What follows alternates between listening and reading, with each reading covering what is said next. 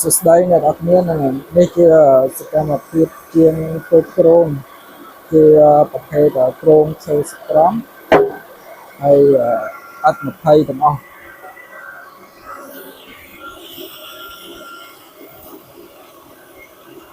កម្រាស់វានៅពេលដែលយើងបូតវាហើយទាំងអស់ហ្នឹងគឺបាននៅសល់5ហ៊ុនជាងអ្នកនរគ្នាសម្រាប់អ្នកដែលមានបំណងចង់ដំឡើងគេហដ្ឋានថ្មីហើយចង់ដាក់ពូជឈើវាត្រង់វាសក្រមអីអាចតំណមកខាងនោះបានតម្លៃសមរម្យទូទេហើយចំពោះក្រុមអ្នកនរគ្នាអាចតំណបានចង់បានចិត្តក៏បានសក្រមក៏បានដែរតែតម្លៃវាអាចប្រែប្រួលតាមហ្នឹងណា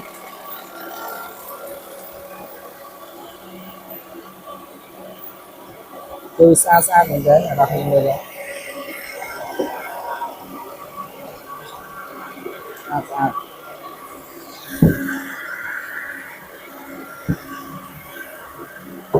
ពេលយើងបូតហើយគឺបានស្អាតចឹងហ្មង